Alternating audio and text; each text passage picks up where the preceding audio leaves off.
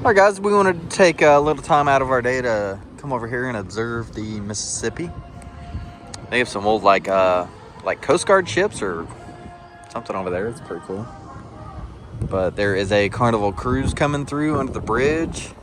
Looks like the Natchez steamboat's about to take off. I think it's docking.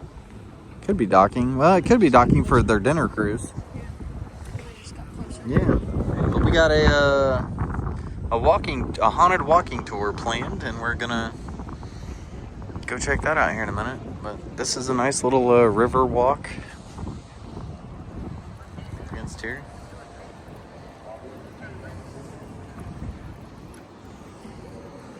St. Louis Cathedral in the back there.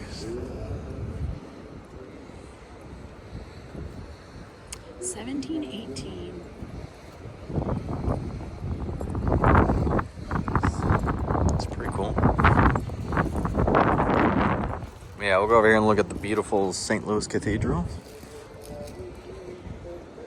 And then Cafe Du Monde is right there, the green awning.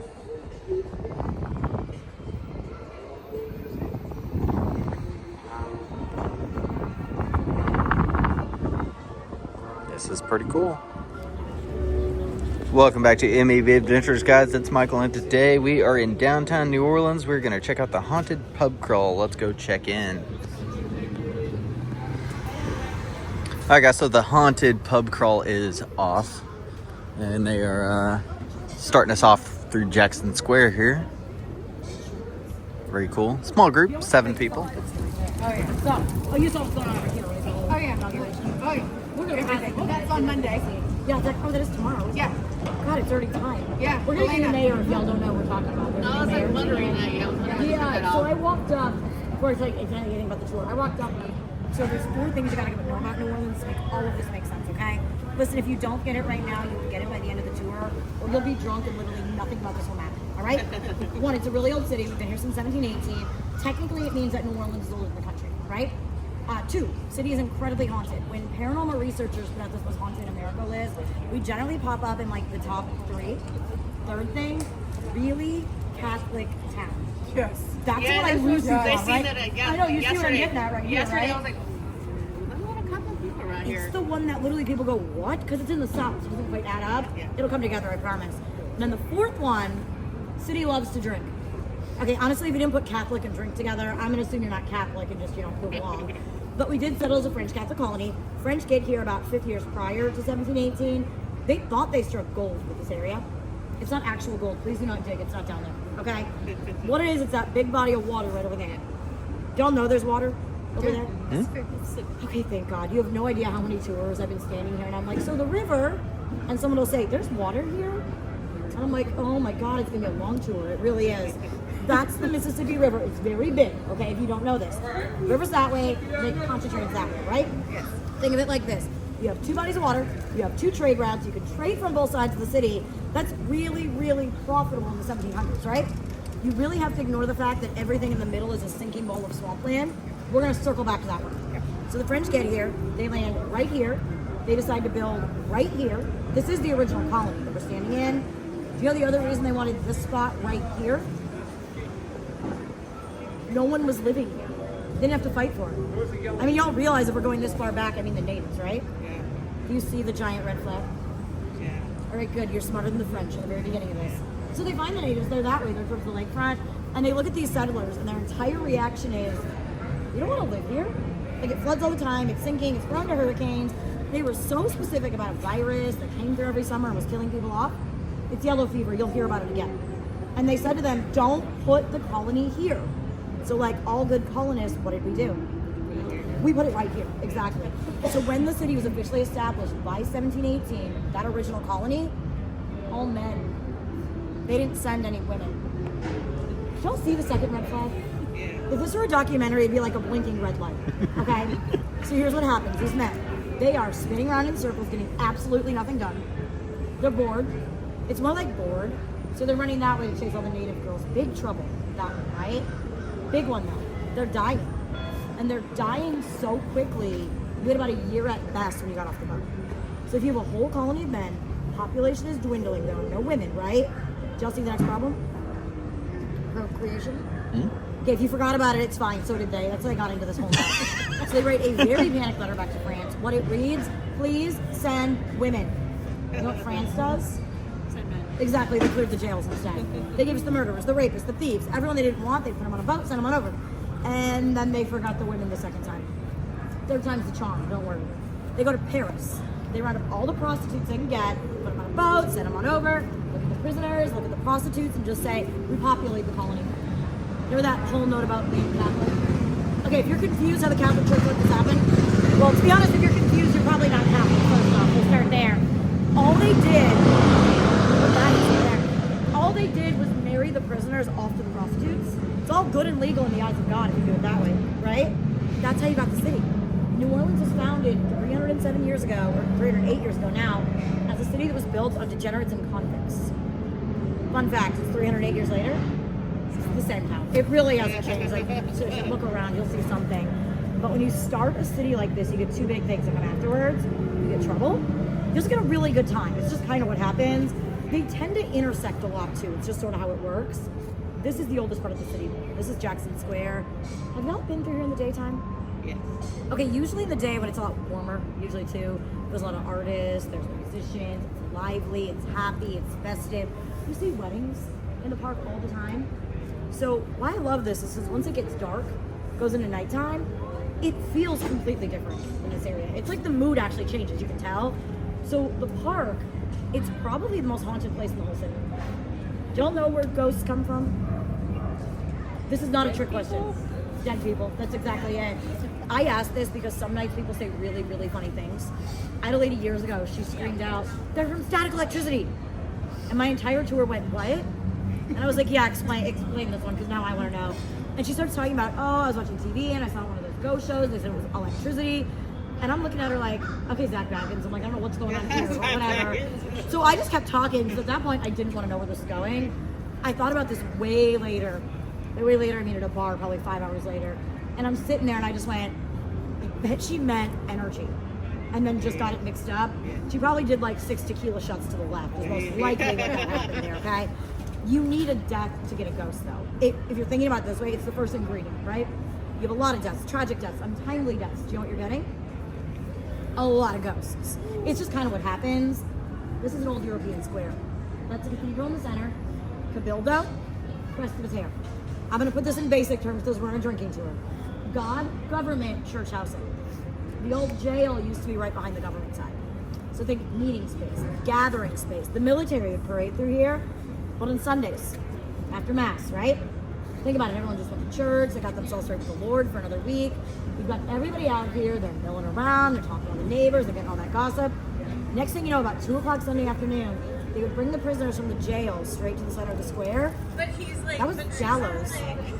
Public execution grounds. We're just stringing up the town full. The kids are playing. It's like a good old-fashioned Sunday. You have no idea how many Sundays I've been standing here, and in my head I'm like, can we bring it back? I said that out loud too, and it's not just on Sundays. Trust me. Do you see where the ghost stories are coming from, though? Yeah. It really is different from day to night. Seriously, even a little bit later in this tour, it feels different than it does right now. That park, though. Okay, at nighttime, you'll see shadows moving through there. You'll hear talking, whispering. One of my favorite things is that this time of year especially, we go from hot to cold really, really quick. The fog a lot of times just roll right off the river. You almost don't notice it as it's happening. Then all of a sudden you're like, why is it wet? Like you can feel it.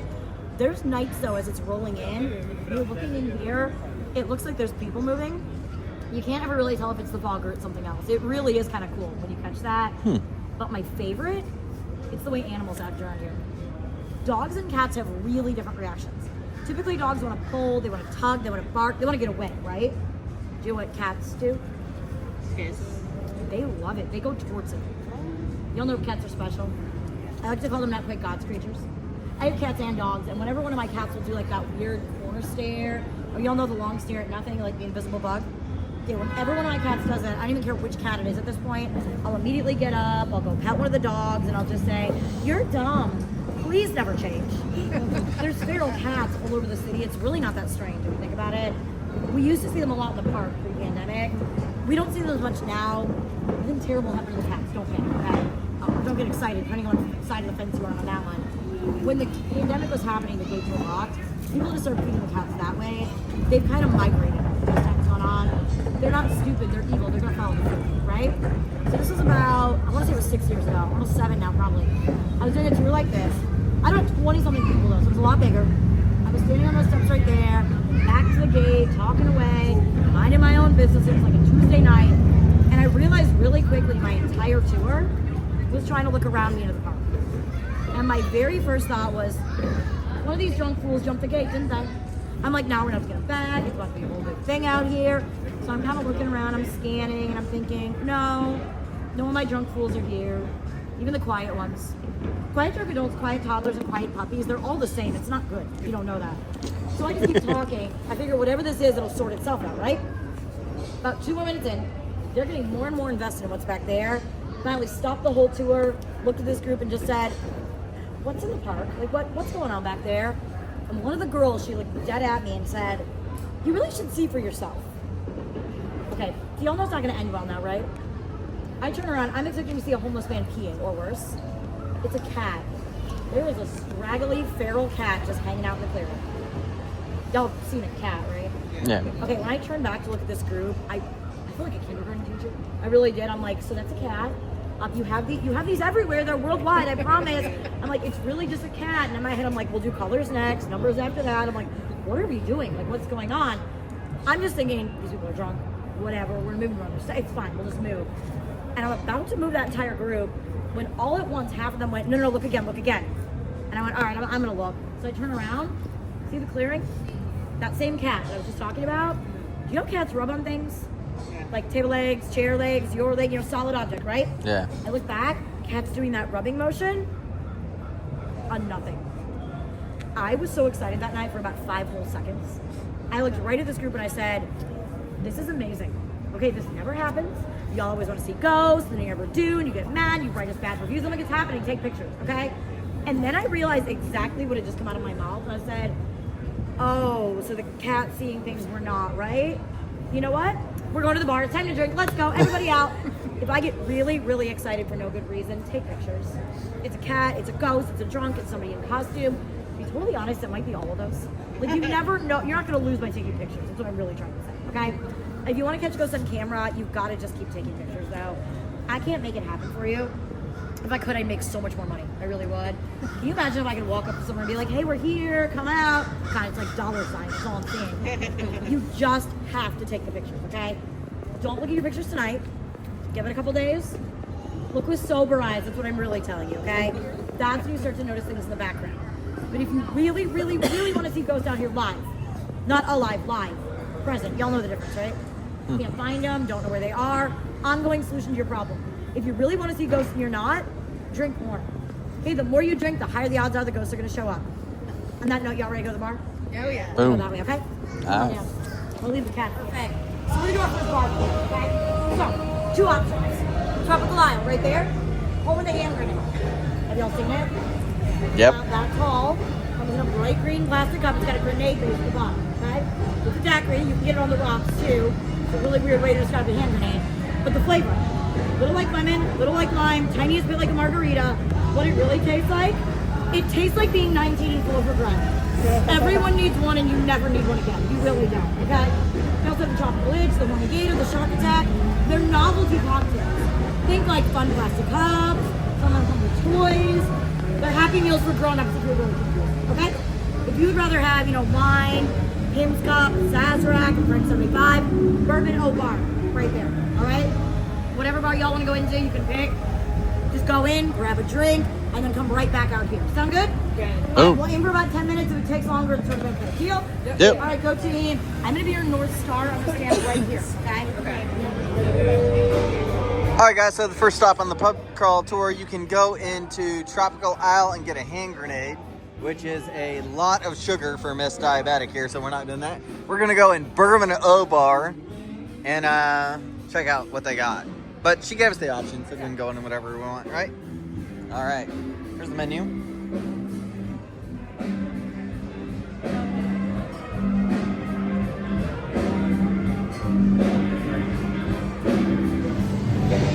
All right, guys, so we just went into the Bourbon Bar and we got the Praline Old Fashioned. It was $16. You want to give it a try? Smell it. It actually smells really good. Smells like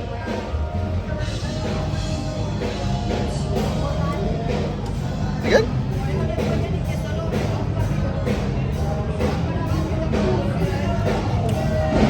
Okay.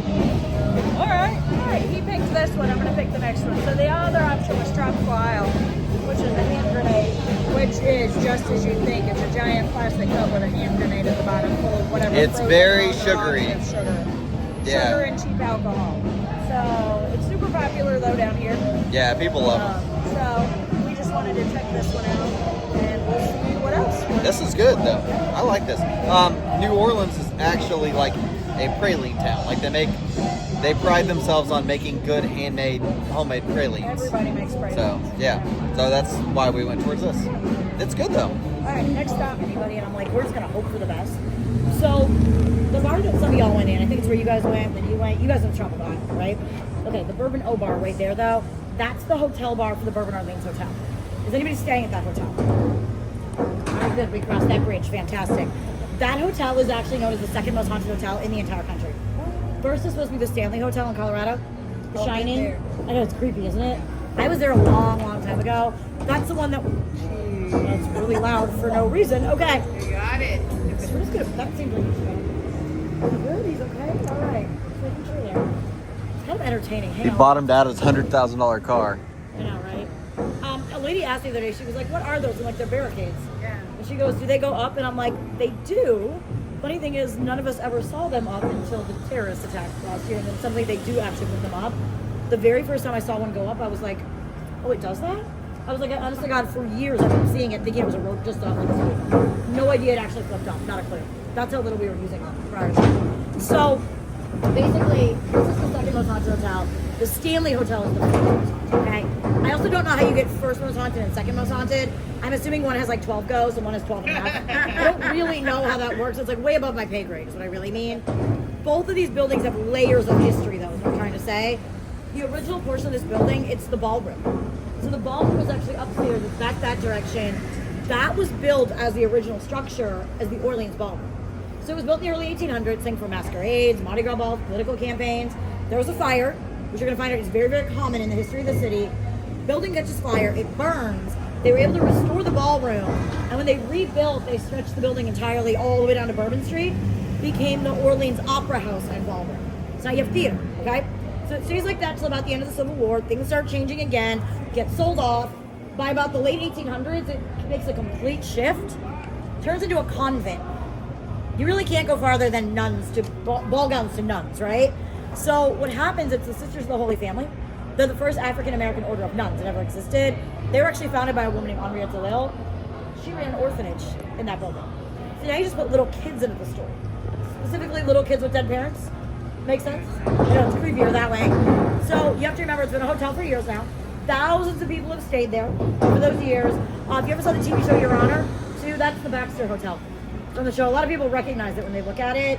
Oh, okay. When you go back and you think about all the stories now, the very first ghost that we always talk about, it's a girl from the days of the ballroom. So people see her late at night. She's in there, she's dancing, she's twirling, she's spinning. It's like she's hearing a music that you're not. Not that music, don't worry. Craziest thing about her, like a lot of people actually see her, like she's right in front of them, she's dancing around. Here's the thing about ghosts in general. A lot of people do see them. They're manifestations, okay? A lot of people hear them. A lot of people just can tell when they're present, like the hair on your arm stands up. The people that hear her, though, I always really like this story. What they hear, it's the swish of her ball gown as she dances around the floor. Oh. She's the first ghost. She also likes to take the curtains, pull them back, and then drop them, and there's nobody there. Second ghost, Confederate soldier. This actually doubles a hospital during the Civil War, too. So all the way around the other side on the 6th floor, so all the way to the top, people will be coming in or out of their hotel room, and they glance what looks like a soldier at the end of the hallway. And usually the reaction is, oh, it's a really good costume. Then, you know, they go about their day, they forget about it, and then later they'll be chatting with the concierge or the front desk person, and they'll say something like, y'all have a Civil War reenactment going on? We swear we saw a soldier upstairs earlier. You have no idea how bad I want to answer this question just one time. I would look at these people and say, Actually, we don't do Civil War reenactments. That's a little bit weird. You don't need it though. You just got the real deal. You're welcome. They're never letting me work there. We've actually talked about this. It's not happening. Don't worry. Third ghost. Third floor. It's a little girl. Clearly she's from the days of the orphanage. People see her running back and forth up and down the hallway. It almost looks like she's kicking a ball with her as she goes. Do you remember the kids from The Shining? That's what I think of every single time I think about her. But the best story, when it was a convent, okay, there was a nun there that actually committed suicide. If you know anything about Catholicism, this is not good. They'll pretend it never happened. They'll sweep it under the rug. The church has never officially confirmed or denied that this took place. It actually was documented at the time, though. Her spirit, for some reason, is incredibly attached to room 644 and the area directly around it. People know this. It's been on TV. It's been on ghost shows. People want the room. We're gonna see what this is. This looks interesting. Hang on. It sounds like an escort. I know, that's what I'm trying to see. An ambulance. Let's check it out for a second. Oh no, it's a fire truck. I hope we're doing an escort with a fire truck. That would be fun. That's exactly our 4th of July parade. Woo! That and homecoming. You That got was a the weird flashback. I'm like, oh, here we go. Oh, see, now they finally turned. So, you know, I mean, that's why I said it was I felt like it was a test. But he had to get through that. Get through that, yeah. Yep. So, room 644, right? People know about it. They know it's there. People want the room. They really do. I always laugh about this. I'm like, why do y'all want the room? The same thing keeps happening. What are you doing? So you check in. You go upstairs. You unpack, right? You go out for the day, the evening, whatever it may be. You come back later. You go to bed. And then somewhere in the middle of the night, you wake up feeling like there's eyes watching you. Y'all know that feeling? Oh, yeah. Okay, so from your hotel bed, you're not getting up. You're just kind of looking around the corners, peeking around the room. As soon as you're content there's no one there, or no one that's not supposed to be there, right? You just tuck yourself back in, you try to fall back asleep, and then a couple minutes later, your eyes snap back open. They immediately look to the foot of the bed. There is a nun, full habit, praying over you. Like rosary beads dangling, it's the whole thing. Listen, I was raised really, really Catholic. I don't do living nuns. Dead nuns are not an option. I'd be gone like that. I really would. Most people react a really similar way. They scream, they yell, they flip on the light, Jesus appears. They run downstairs, they pack up all their belongings, they're now in the lobby. Or they scream, they yell, they flip on the light, she disappears, they run downstairs still screaming, pay someone to go upstairs and pack up for them. Either way, you've got these guests checking out at 2, 3, 4 in the morning. And the front desk is over there trying to bring up their credit cards, get the keys back. They always think this is the time to take a survey too. And they always say something like, what could we have done to make your stay better? I mean, less ghosts would have helped, right? Here's the catch, you can always have less ghosts here. You're never gonna have no ghosts here. If you're gonna stay in the city, you're gonna stay with ghosts. It's just kind of how it works. Best plan, pick the ghost you're comfortable with. We'll match you up, okay? There's legitimately something for everyone. There really is, I promise. Y'all ready to keep rolling? Yeah. Please don't ask me if your hotel's haunted, I just told you. Y'all ready? Look, guys, we found the Cornstalk Fence Hotel. There's also some music in the back, but that is very pretty. Still moving on the tour. I gotta say, this city is beautiful.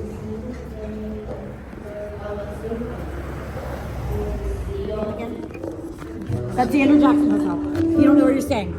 You have no idea how many times I've asked if somebody's staying at a hotel, and I'll point right to it, and everyone will go, no. And I say the name of the hotel, and someone's like, oh yeah, that's ours. It's the Andrew Jackson, if you don't know, okay? Just to let y'all know, that hotel is literally nothing to do with actual Andrew Jackson.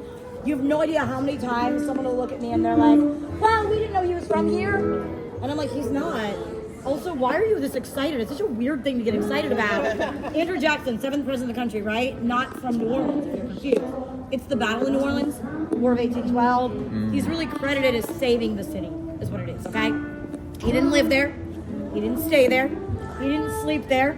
I am very, very willing to tell y'all right now that his feet never touched those doorsteps. Do you know why I'm so confident saying that? Yeah, exactly. The building wasn't there when he was here. That's not the original building, okay? Almost nothing in the French Quarter is actually original. It's old. Y'all know the difference? We don't have anything from the early 1700s. We really don't. Here's why. When the French first got here, right? They tried to lay out the French Quarter in 1719. There was a hurricane, wiped the whole place out. Started over by 1722. And what they did is they started building all wooden structures. Y'all know wood and fire don't mix? Yeah. I had a little kid once on a tour. He went, actually, they mix really well. And And I'm over here like, well, that was the problem. It really was. So there was a Great Fire in 1788, a second Great Fire in 1794. 95% of what's the French Quarter just went up in flames. So when we rebuilt, we're talking 1790s forward. Have y'all walked through the French Quarter already? Have you caught on to the big mystery? There's almost nothing French in the French Quarter. And you're not just drunk if you think it looks like Puerto Rico or Spain or South America. It looks like Spain. It does, yeah, it really does. I had a lady on tour, she's like, wow, it just looks like Puerto Rico. Am I drunk? And I'm like, well, you're drunk with a direction, at least. New Orleans became Spanish by the 1760s. They rebuilt the city. So most things in the French Quarter are actually Spanish, not French is what's happening. There's ironically a couple of French buildings left. I'm going to show you some of them in a little bit, okay? But what used to be where the hotel is now, boarding school for boys. Probably no older than, 10, 12, in that age range. Fire of 1788. Broke out on Good Friday. Catholic holiday, right? So naturally what you have done in the case of a fire, you would run to the church, you'd tell the priest the city was burning, he'd ring those giant church bells, everyone would hear the noise, they'd come out, buckets of water, you'd put out the flames, you'd save the city. Sounds great in theory, right? Okay, here's what happens on Good Friday. Everyone goes running down to the cathedral and says, New Orleans on fire, New Orleans is on fire. The priest looks right at them and says, it's a holiday, it's in God's hands now, we're not ringing the bells. Clearly God had other plans for the area. Also, he wanted a new church. That's how we got the second church, too. But as the city is going up in flames, by the time it caught the old school that was here, only 3 boys got out. Y'all know who the ghosts are now? It's the little kids. Kid ghosts are the worst. They play games, they move things around, they play with the lights, the TVs, they laugh, they giggle. They are just like living children, minus the living part. That's not a big hotel, it's really not. Most families with little kids, that's not where they're gonna stay. I was actually doing this tour once though, and my whole group was like, look at the balcony. And I turned around and there was a little boy right there.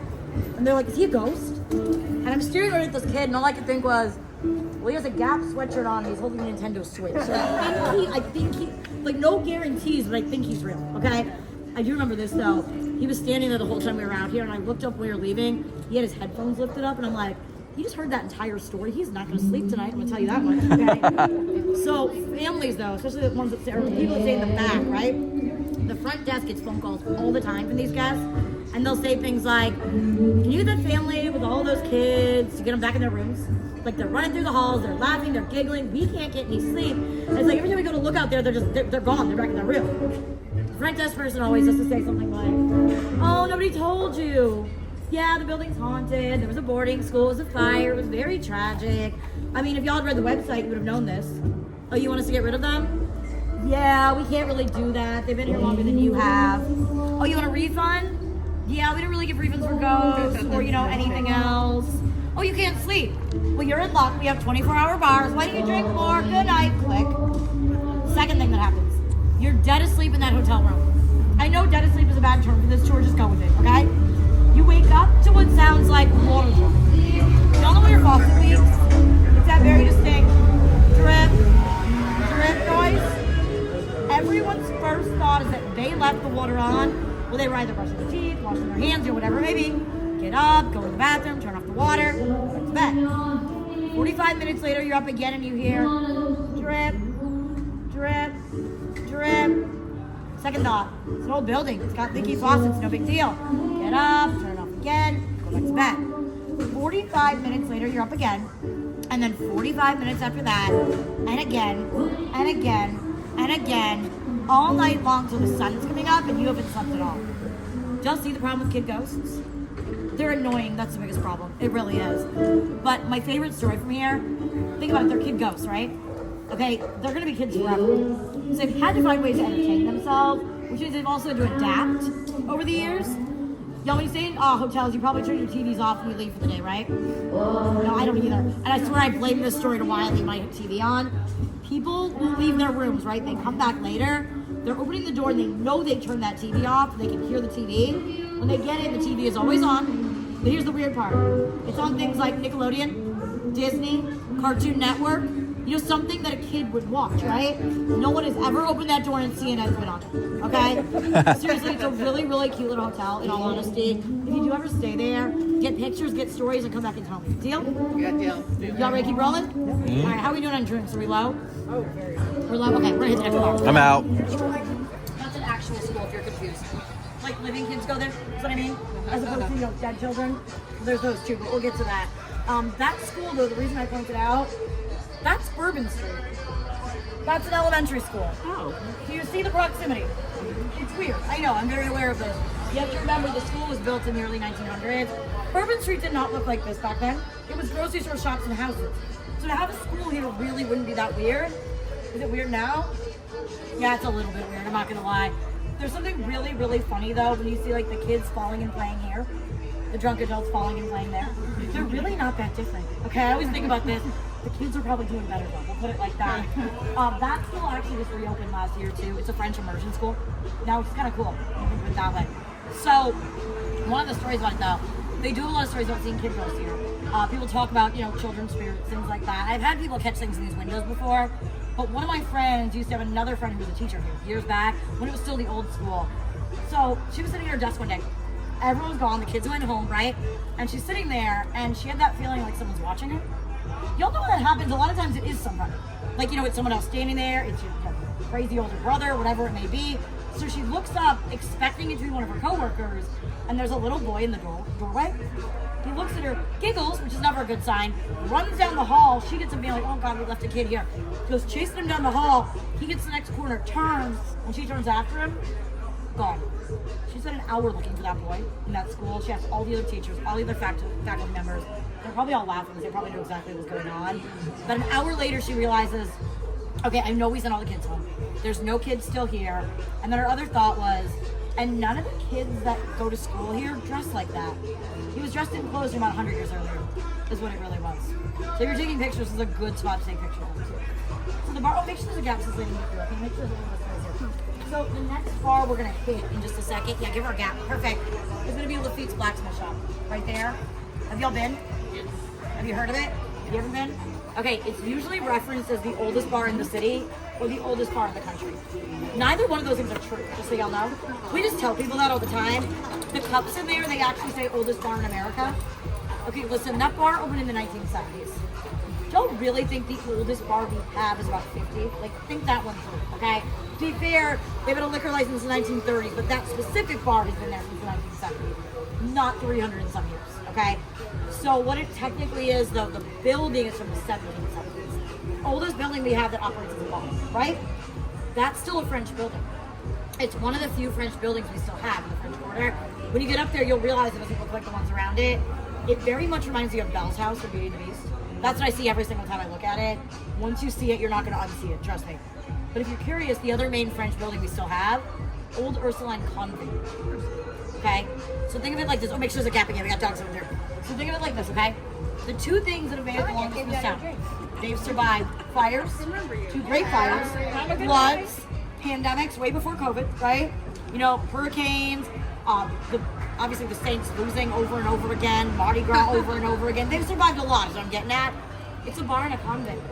All New Orleans boils down to is Jesus and beer, when you think about it that way, right? So the drinks they're known for, one is the purple drink, or the purple drink, it kind of depends where you're at on a personal level. It's a grape daiquiri. If you like grape, you'll love it. Let me rephrase that. If you like purple, you'll love it, okay? It's definitely a color, not a flavor. Think like grape soda, grape Kool-Aid, grape popsicles, children's Tylenol. Then it remembers the good Dimetap, like the old one. Oh, yeah. Drink. Okay, if you like that flavor. They have really solid hurricanes. They have drunken cherries. They're maraschino cherries soaked in booze. They use Everclear. Nice. So every cherry is like a shot, right? They sell them 4 for $2. They almost always give you more than that. Make good choices, okay? If you're like me and you really like bad choices, the less you chew the cherries, the better it's gonna go. You chew them a little bit so we're not gonna die in the chew. Deal? Yeah. Y'all ready to go down? Yeah. All right, we'll go in, we'll grab drinks. I want you to see the building before I talk about it. Is that like a plan? All right, guys, the next stop is Lafitte's Blacksmith Shop Bar. Copyright music, so we'll have to probably stop, but you can see it. It is a 300-year-old building. Really cool.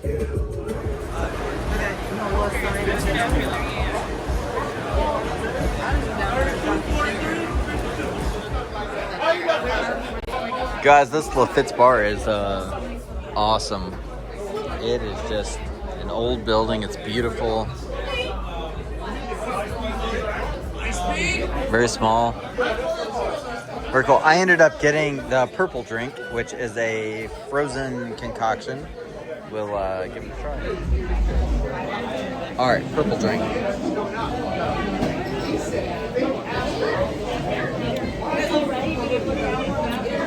It's like grape soda.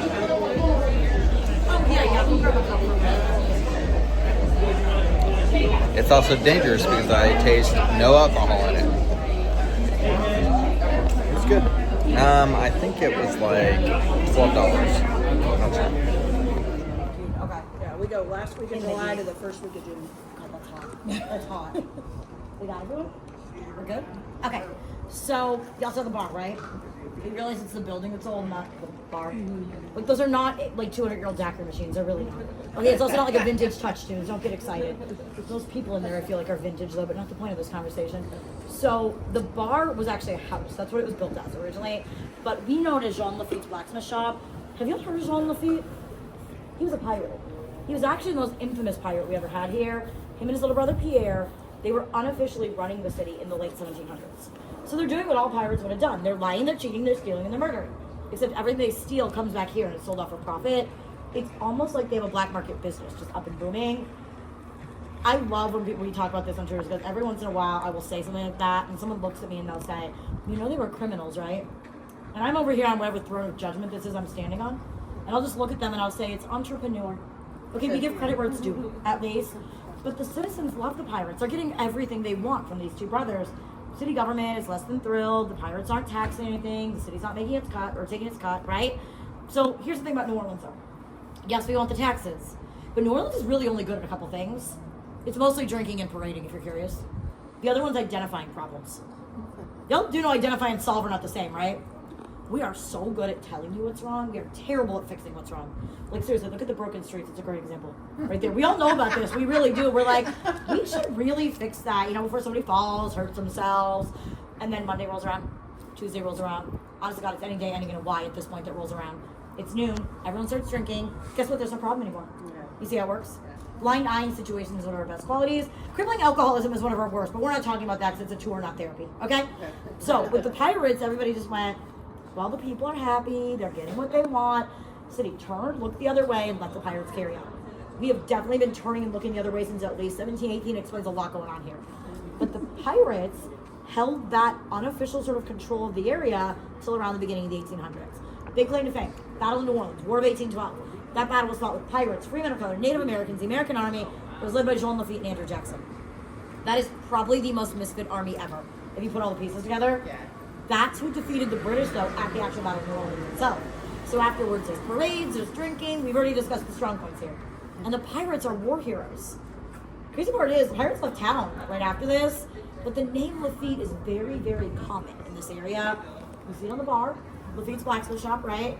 The building right next to it with the lights coming off it, that's the Lafitte Guest House. It's a hotel. We walked right past it. You have the town of Lafitte, you have the Lafitte Greenway. It's like a walking bike trail in the city. Actually, if you ever go over the river, there's Lafitte National Park.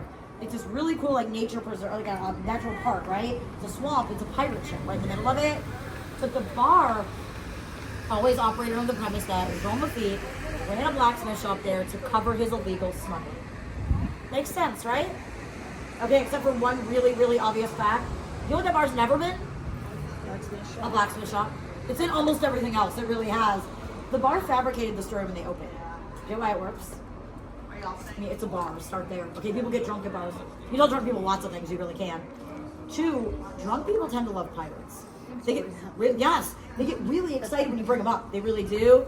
But my favorite piece of this is that they do have a pirate ghost. So the very far back corner, like kind of by the piano going back, people see a pirate back there certain nights. He's tall. He's mysterious. He's brooding. He looks like every other pirate you've ever seen. Okay. So when you see him, you're like, wow, that's a really good costume. You're like, it's like this whole city's drunk in costume. This whole city is drunk in costume. That part's actually accurate. And you grab your friend and you look back and he's gone. Okay, I don't think he was a pirate in life. I really don't. This is my theory on the pirate. I do think he's a ghost, just so y'all know. I also want you to know that I came up with this while drinking one night, so maybe we put the grain of salt where it belongs to. I think the pirate ghost that people see in that bar, think ghost of someone who died while wearing a pirate costume. Right? Yeah. Think like Halloween, Mardi Gras. To be honest, there's so many people in this city that dress like pirates. Maybe one of them died. Maybe they're not haunting the bar. There are way worse places to be a ghost. There really are.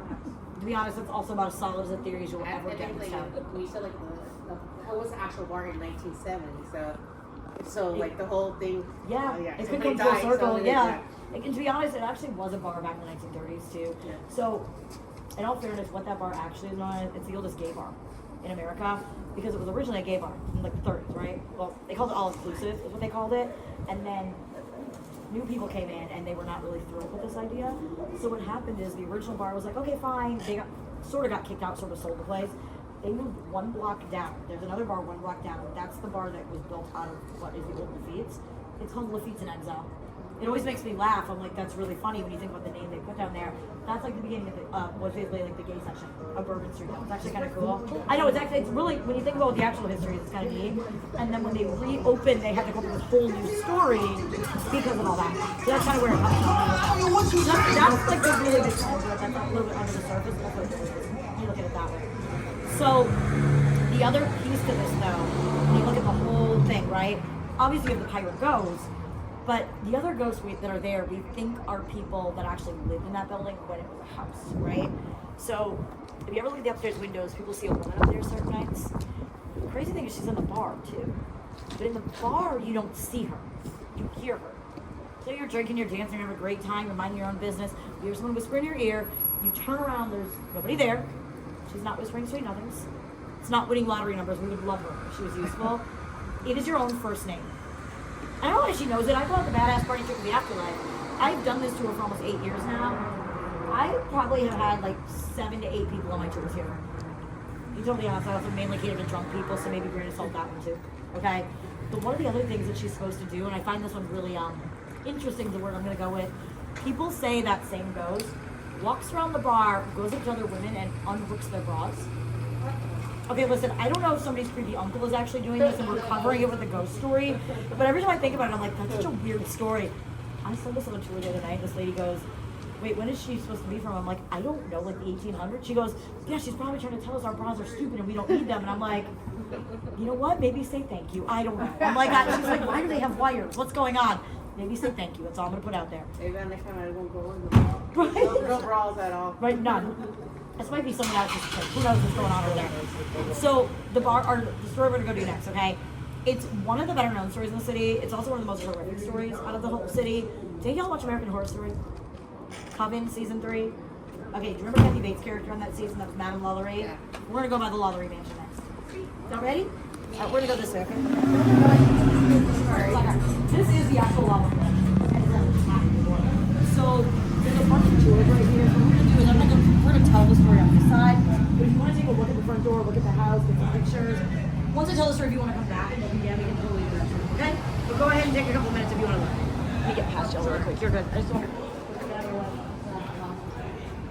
He must be home because the lights are in.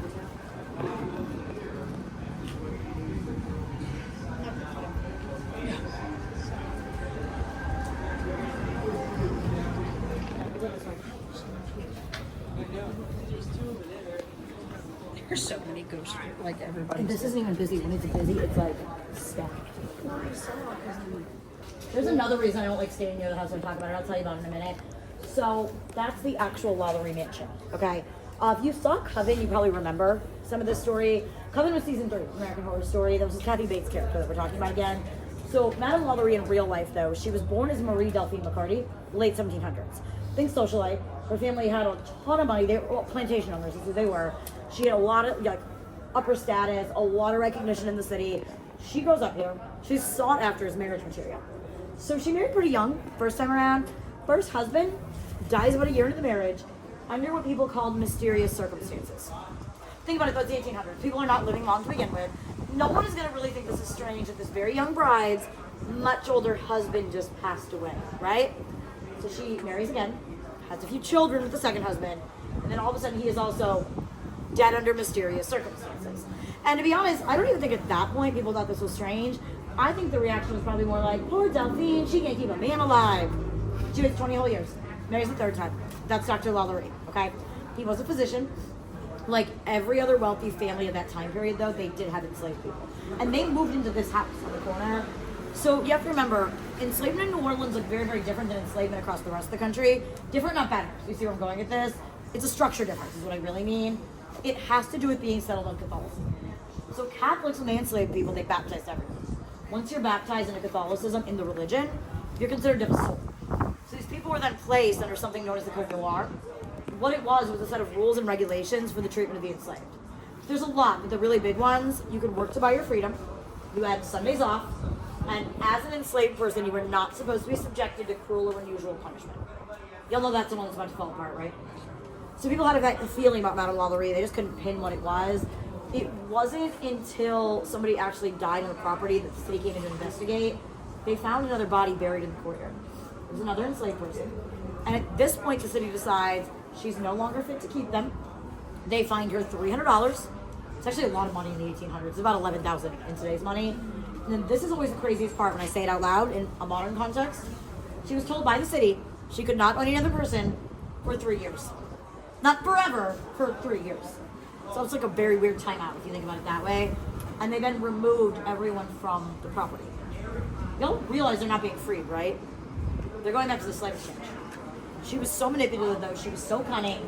She convinced her friends and family members to go down there, buy every single person back. So everyone comes right back to that house and things just start escalating from that point. In 1834, a fire breaks out in the kitchen. Fire department shows up, they put out the flames, they found an elderly enslaved woman chained to the kitchen stove. She looks right at them and says, I started the fire as a means of suicide. So then they ask her, what's going on in the building? So she starts saying, there's this uppermost room that the Lalauries are bringing everyone to, and everyone that goes up there never comes back. So people want to know about the room, right? They actually asked the Lalauries about it. They initially tried to deny knowing what she meant. They were like, we don't have a room. What's she talking about? It doesn't make any sense. And then they very quickly flipped the entire story. They went, oh, we do have a room actually. You know, it's towards the back of the house. It's upstairs. It's all the way tucked away. And when people started to press it, they were like, but why would you have to see it?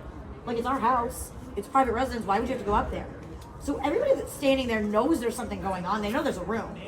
They just realize they can't break down the door of this wealthy person's house. So they all leave. And then people start talking to the French Quarter. A couple days go by. A mob of people get together. They decide they're going to come back. They're going to figure out what's going on. They bang on that front door. They go right past the couple and they open. They go up to that room. The room would have been about this side too. So up in this direction, right? What it is, or what they found, it was all of her enslaved people in various states of torture. If you saw Coven, this was on the show. It really was.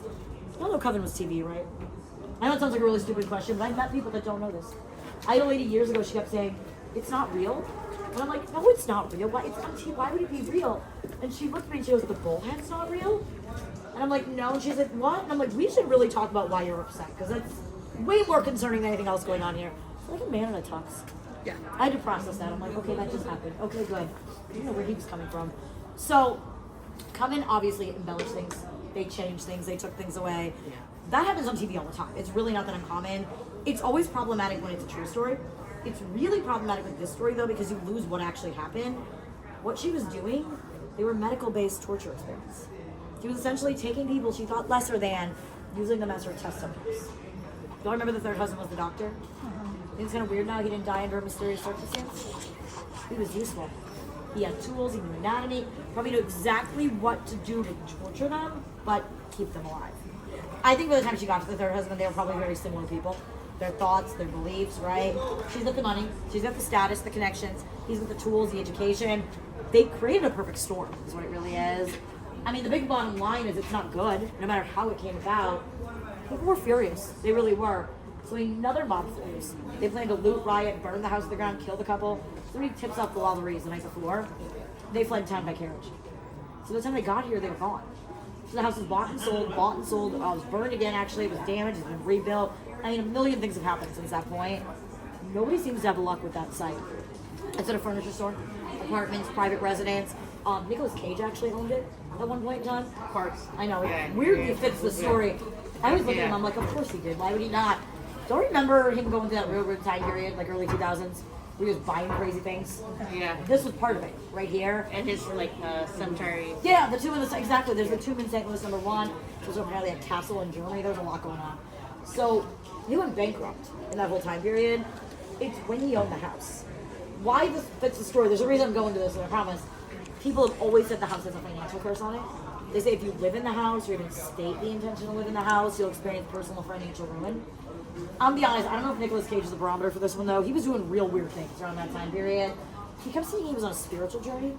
I think it was drugs. It's probably somewhere in the middle, but here we are, right? So he goes bankrupt. The bank actually put it up at auction right afterwards. Family from Texas buys it. All their money's in oil. Okay, they owned it from 2013 until December of 2024. So just over a year ago now. They have not lost any crazy amount of money. They're also at least $6 million richer. That's what they sold it for. They never ever lived there though. We always joke that maybe that's how you sideswipe the curses, don't actually make it a residence. It was like an investment property for them. That's all it was. The new owner, or the current owner, he's the man that owns U.S. Coast Adventures. That's a big tour company that's across the entire country. They're the same people that own Lizzie Borden House on the East Coast. Oh, that guy? Oh, Yeah, that's him. Yeah, the guy. It's funny because at first we all were like, oh, he's probably going to try to show me a bed and breakfast, something like that. And he kept saying, no, I think it's just going to be my, like, partial residence. He doesn't live here all the time. A year later, I'm pretty sure it's actually what he's doing. I don't think he's targeting anything. I really don't. There's all these crazy theories people come up with, though, about what he's doing. And I'm like, he's just an eccentric rich man, okay? I think that's all it actually is when you look at it.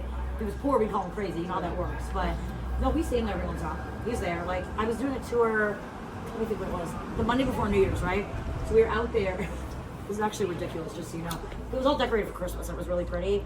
And when he was home, he'd keep the window open in the front because the big Christmas tree was right there. The only time you could see into the house. So we walked by and I'm like, oh, look at the tree. You can see in. We look in and he's sitting at the couch, like reading a book in the dark. He's got a flashlight. It's not just a flashlight, it's like one of the headlamp flashlights. And I'm like, and I'm over here like, of course that's who owns this building. Of course that is, because why else would anybody be doing this? And he just like kind of looked at us and went right back to what he was reading. And I'm like, Happy New Year, I guess. I don't really know. Do y'all have questions about this one? Does anyone want to see the house again? No. Everyone's good. It's like once I get people past it, they're like, no, we're good. We'll be okay. So just so y'all know, we have one more bar. Okay, the bar and the tour does have food. I feel like it's really mean if I get y'all drunk and don't like leave you where there's food. It feels wrong in my head, is what I'm saying. Because this story's so depressing, I will never end a tour on it. I think it's the worst way to end a tour. We're gonna take it on a high note. We're gonna talk about brothels. Is that good? Yeah. Have they ever Have y'all had looked fun so to far? see how many bodies have they actually found there? I don't know technically. Weird thing that I just found out that I didn't know. I've been literally telling this story for years. I don't know how I missed this. So, it's on TikTok if anyone actually needs this information. So at Christmas time when he had the decorations up, there were actually names on all the candles. Apparently they're the names of all the enslaved people that were there. Why it throws me is it was a really big number of candles, and most people down here didn't have that many. So I'm like, where is he? I mean, unless she was really killing that many, then there probably were. I never thought about that though. It just never, in my head, it never clicked. I'll be 100% honest with you, I hate this story. So like, once I was able to tell it, I stopped really researching it because it just wasn't. Like, I don't feel like it belongs in a ghost tour. My boss is like, you have to go there, everybody wants to hear it. I'm like, you're trying to make people cry on a drinking tour. This is weird. I mean, I get why it's the story. I actually really like telling it during the daytime, in all honesty, because it's more of a like sad story or a historical story when you think about it. And a lot of the ghost stories people say here are just so off the wall. And I'm like, that didn't happen. Like, or even the stories I've heard people say about what happened here, I'm like, you're not really doing justice to these people when you think about it that way. I think it's sad, I think it's horrific, and it is creepy, I will give you that. Like, the building's creepy. Like, there's something weird about it. The other reason I don't like standing in front of it, this is a personal thing. Okay, one is that I've watched people get sick in front of that building. And I get really, really nervous about drunk people, especially, like, getting nauseous in front of the building. It seems like a bad choice, is what I'm getting at. The closer I am to it, though, and it's gotten better over time, the closer I am to it, the harder it is to tell the story. It's like my thoughts scatter. I don't think it's obvious to other people, but in my head, it's like super, super obvious, and it drives me crazy. So that's why we always move kind of away from the building. Years ago, I used to have a dog who was deaf, and I used to walk her past here. She hated that building. She would like bat at it and pull you the other way. I actually have another dog who's deaf and blind, and I swear because they're missing senses, they pick up more things. No. Those two always used to pick up the strangest things. When she would do that, I'm like, we're gonna go that way. Like, we're just gonna go that way. It seems better. Every once in a while, I'll walk my dogs through the corridor though, and they pick up some strange things. It's kind of interesting. Kids and dogs. If you ever walking around and see kids and dogs, much of what they're looking at, I swear they go towards really weird things. It's kind of interesting. Our daughter, when she was 2 maybe, she'd keep looking up, and I was about 1, 2, and she'd keep looking up and like waving, and nobody'd be there. She'd look up and she'd wave, and then when she got older, she's like, Grandpa Ray, and I was like, Grandpa Ray, he died 10 years before you were born. Yep. So he'd be like, Grandpa Ray came to visit, and I was like, solid. I love how this is why I brought up here, because I'd be like, we're gonna give you away. Yeah, she would just look up as an infant, wouldn't say anything, just look up, wave, go back to what she was doing, and it'd be in the corner or the wall or whatever, and I'm like, deuces. I had a little girl on a tour, like baby, like she was like 9 months old. Okay, she wasn't really on the tour, she was with her mama. Clearly the 9-month-old was not on the ghost tour, I'll put it that way. But her mom had her in like, the baby carrier that you wear. This kid was not paying attention. Why would a baby paying attention to a ghost tour? It's like she slept almost the entire tour. We were by the school though, remember the school? We were sitting on the other side, and her mom was leaning against the gate, and I was in the middle of talking, and I looked up. That kid was wide awake, looking at those windows, like pointing, giggling, like the same thing, like waving. And I'll never forget that, because the mom's face was just like, what? And the dad immediately pulls out his phone and starts recording the whole thing. And I'm like, oh my God, you're such a dad. Like, look at that. But I finally stopped and I said, what is she saying? Because like 9 months old, that's not talking really. It's like babble, realistically. You know what it sounded like? It sounded like she was saying, hi babies, when she was waving. And I'm like, oh, we gotta go. Like, we're going to the bar. I took that whole family tour to the bar that night. They were like, how do we get in with the kids? I'm like, I'll watch them go in. Then we switch spots. It was a really weird tour. It really was. But when I do like the family tours, I swear we get more things happening. I think it's because of the kids. I really do. Like, kids are creepy. They pick up weird things all the time. When I was little, I didn't know this until I was much older. My dad used to tell me this. Because I always pick up weird things on people. And he'd always tell me that when I was little, there were people I just wouldn't go near. And at first, no one thought anything of it. They were like, it's a kid. Why would we pay attention to it? And then every single time it happened, something would happen with that person later. And my parents started watching like who I would and wouldn't go to, and that's how they would figure things out. But it's like, yeah, we kind of used you like a navigation device. I'm like, thanks. I'm glad I was useful for you. Thanks. And he's like, no, it was always accurate. I'm like, thanks, Dad. This is my new therapy. I'm like, thanks. Y'all ready? No. All right, we're gonna go that way. The backstory here is that the Ursuline nuns, if you're unfamiliar with who they are, they're a French order of nuns. So their orders of mission is for the education and betterment of girls and women, right? So they were actually brought here to work with the prostitutes of the colony. When New Orleans first started, this was a really rough colony, okay? It's prostitutes, it's prisoners, it's pirates, it's sailors. But to be honest, they were probably having a great time, if you think about it. King Louis was not happy about this. The Pope was not happy. Like, anybody that was in charge thought this was the worst idea that could be happening. They were so worried about the colony just running straight off the rails that they figured if they got the women in line, the men would just, fall in place. I think it's faulty thinking, but that's kind of what they went off in the 1700s. So the Ursuline nuns were working with the women of the colony. The problem was it was prostitutes. And they found out really quickly that that was not a great ideal life. So it just didn't work. It backfired. So they were bringing in girls from the orphanages in France. And they would live here until they married them off to the colonists. When they got those girls at the boats, they'd been on the boat so long and they were so malnourished and so sick that they literally looked like vampires. Like pale, a lot of them had blood on the front of their dresses, like they had scabs and wounds all over their arms. And what they did, people would say they're like staggering around, like couldn't see in the sunlight. Like people would say their skin was burning in the light. It's sunburn is what it really is when you actually break this down. But a lot of it comes from the fact that we had all these girls here, they locked them in, and they're staying there until they're married off to the colonists. And people had all these crazy stories about, oh, it's vampires, they're vampires. Really who those girls became, they were like the original moms of the city. Almost all the generations from New Orleans go back to those original girls. It's actually kind of fascinating when you look at it that way. But it's crazy because we overlook the actual ghost stories all the time. When we talk about the vampires so much, the nun is a really big one we were just talking about. And the other one is here are kids.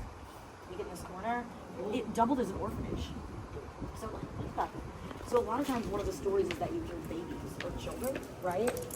It always is kind of funny to me because you're not the first person I've said that's heard that. You're the first one on tour that's ever said that. But I've heard people around here talk about her regularly. The kids seems to be a more common one. It's usually later at night. People hear them like giggling or laughing or crying. But the one that always like throws me the most, okay, it's not the convent necessarily. If you were standing right now, okay, this spot has always felt weird when I stand here. And I've been trying to explain this for years. I never could quite figure it out. And then I found a map. This was actually a cemetery. So what it was though, it was where the nuns actually buried their enslaved people. So you have to remember the original cemetery was in the quarter. And then when we switched from burying in the ground to burying above ground, everyone moved to St. Louis #1. Will we say we got everybody? Pretty sure we didn't get everybody. Pretty sure there's probably still remains if you look at it that way. Well, they found some people during Katrina because they came up out of the ground, right? Because that was one of the That issues. was more, it wasn't in the quarter. Wouldn't have been in the quarter, but that was more caskets and things like that. That's an interesting one because I do cemetery tours. We talk about this because people think that every time it rains, that happens. You need a lot of water to pull up a tomb, essentially. And a lot of what it was is that the above ground tombs, they're kind of like houses. So think about a house that it gets a lot of water, it's going to lift. That's what was happening more than anything. Not that there weren't ones that was happening with, but I think it got spread differently than what really happened. Anytime there's a lot of water, though, things come up. It's kind of the nature of it. Like, even when it rains really hard, like, the ground will kind of move. Earthworms come out. Yeah. My backyard, so long story short, my backyard's in the lower 9th ward, right? So there's a ton of water from Katrina. Mine wasn't one of the worst, that's so close to the river or the levee that it actually didn't flood and it was bad. But I didn't know this for the longest time. I was trying to dig a garden in the backyard. There was a whole patio underneath, not a clue, like bricks, everything. And I'm hitting brick and I'm like, what is going on? And I finally got enough underneath. I'm like, there's a patio under here. They were so broken you couldn't use it as a patio. I actually pulled all the bricks up at one point. They're St. Joe Bricks, which is one of the really, really old brick companies in the city. They're from like the early 1900s. I actually took them, and then when I redid the garden, I did them as like the other edge. So it's kind of like a path now. It's kind of neat, but you find weird things all the time. I found like tools down there. I found so many services in the backyard. Marbles. I keep having, Not a so body, thank God. I took a bunch of pictures and this orb keeps showing Is it the up. orb? Yeah, the orb keeps showing up over here. Yeah, people get that one all the time. I don't know what it is. People get that a lot. I've seen it regularly. I keep trying to think it has to be coming from somewhere, but I don't think it is. And it moves. Yeah. Like I've taken the exact same picture and it moves. So, there used to be a window too that it's not open today. It's that houses, or no, it is that side one. Sometimes there's a light blooming in there. Some nights, and I think there might be a security light, but it's weird because sometimes it is actually moving. Yeah, there it goes. I mean, it's Y'all ready? You want to leave your nun friend here? Yeah. Okay, good. I was like, oh, like, I finally looked at her. I'm like, you know it's safer in numbers, right? And her sister's like, she really doesn't watch horror movies. I'm like, I can tell because she keeps leaving the group. Like, you never leave the group. I'm like, what is she doing? And she was like, oh, you're right, I should stay with you. I'm like, yes, we're gonna have to hear the story. It's safer. Get over here. What's the parody scary movie where they do everything wrong? God, another scary movie. Another scary Scary movie? Yeah. Oh, that was ridiculous. Like that whole, yeah. So, the bar we're in the tour is right over there. Okay, it's called MRB. Really, really cute little neighborhood bar. One of my favorite oysters earlier too. Remember that? So, oh, let them through, guys. Let them through. Yeah.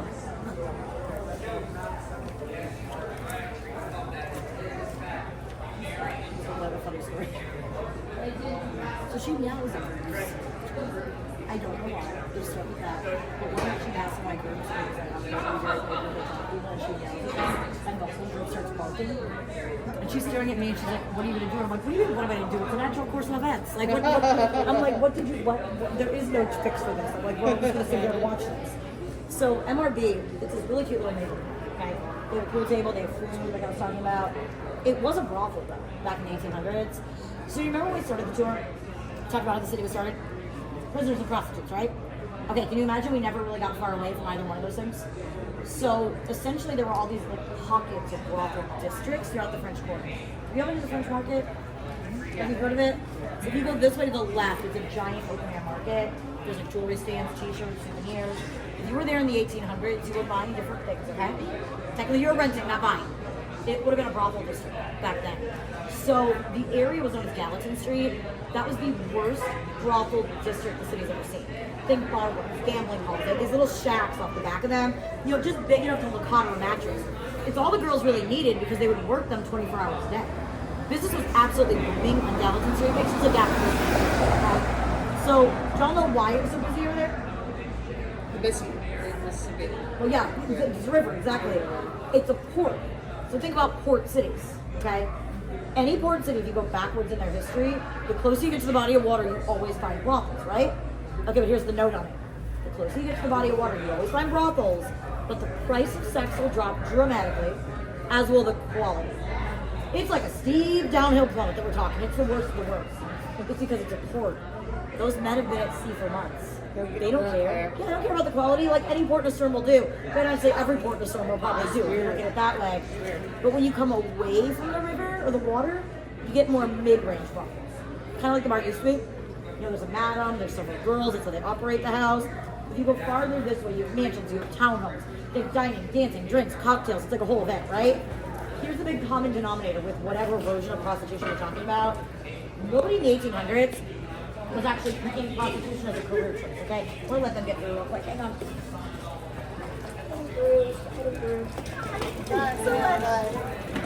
So, you have to remember that girls were young. I always say girls, not women, when I'm talking about this point in history. It's because most prostitutes, they were dead by 21, 22, 23. If not, they generally were going on to the mat, like it really was. Some of them could have been working a decade by the time they died. Do y'all know the average starting age of a prostitute back then? 12 to 13, that's exactly it. It's horrible, no matter how you put it, but it's because parents were dying. Their daughters were getting left behind. That was their only method of survival. So obviously no one is picking this. You see where I'm going. So there's only really 3 ways out of being a prostitute. One is to marry out. 2 is to become the madam and run the house, which isn't really out if you think about it. And the 3rd one is to die, which is the most common. So the girl in this story, she was about 17. She was an Irish immigrant. She's been there a couple of years already. Her parents died of yellow fever until she got there. She got lucky though. The early 1860s. She meets a man, they fall in love, they get engaged. They're about to be married. Civil War breaks out. He goes off to war, wound up being killed in battle. When she found out, she was so devastated. It's not just the loss of her future husband. That was her entire ticket out of prostitution. She took herself to the courtyard, hung herself from one of the trees. She's the main spirit in the book. She's not a happy ghost, just so y'all know. In particular, she's not thrilled with other women, mainly happy women. If any of y'all are bitter, you'll be fine. Don't worry. It's whenever I have bachelorette parties that I get worried. I'm like, where's the bride? Where's the bride? Unless the bride was terrible the entire tour, then I'm over here like, send her in. Let's just see what happens. I had a girl years ago, she was on a bachelorette party, and she would not stop talking about her 500-person wedding for the entire tour. To the point their own friends were like, shut up, we want to hear, like, stop, we don't care. We can hear her talking about like flower arrangements or something. And I just looked at her and I'm like, oh, there's someone in there that loves weddings. But go in there, she'll love you, just go inside, you'll be fine. So here's where people encounter her the most though. Remember this, you're at the tail end of a drinking tour. Women's bathroom. I know y'all, you'll be fine. See, look how this worked out for you. I know y'all can pee, okay? You're gonna pee just fine, don't worry. If you don't pee just fine, it's not the tour, it's you. Okay, get that checked out. But when you're washing your hands, nobody not wash their hands, I'm telling you this either. Do you remember like 6 years ago now we had to teach adults to wash their hands? Yeah. Yeah, that was a really weird time. We're not doing that today, okay? These are everywhere, y'all know this, I'm sure. But when you're washing your hands, do not stare into the mirror. Look away, look to the side, sing your ABCs, whatever you gotta do. Because every once in a while, someone is staring at their own reflection, right? They feel someone grab the back of their head, and all of a sudden their head goes right in the mirror. Allegedly. What are we doing? Okay. Magic, yeah, I'm sure. Okay, all right. Allegedly, that she's broken the mirror more than once. I'll be really honest, they're in mirror number 6 in my house. Was it the ghost or was it drunk people? That's what we're all about to find out, okay? So before we get in there, they do have food. I'll show you where the menus are, I'll show you where the food is, I'll show you where the bathroom is. We have a bunch of drink options. But before we do all that, did y'all have a good time? Yeah. Thank y'all so much for coming. Really, really quick, okay? It's Ghost Adventures. I'm Carolyn. You have your little stickers on that saying that. Write reviews, okay? Also take your stickers off when you leave so people don't know you're wandering around as a tourist. Second, if you have any complaints or compliments, because I don't actually read reviews anymore, write it on money. Preferably 20s or higher, and like a Venmo note, Cash App note. Give it to me, I'll deal with it. Sound good? Yeah. During the magic words, if you're not seeing ghosts, what do? You drink one. Remember? Oh, yeah. Thank y'all again. Come on in. Thank you. Exactly. Like it's So guys, we ended the tour at MRB Bar, and here is a look at the menu. The tour guide highly recommended it. Alligator sandwich. And they have char grilled oysters, which he says are the best in the city. So check it out. Oh, go ahead.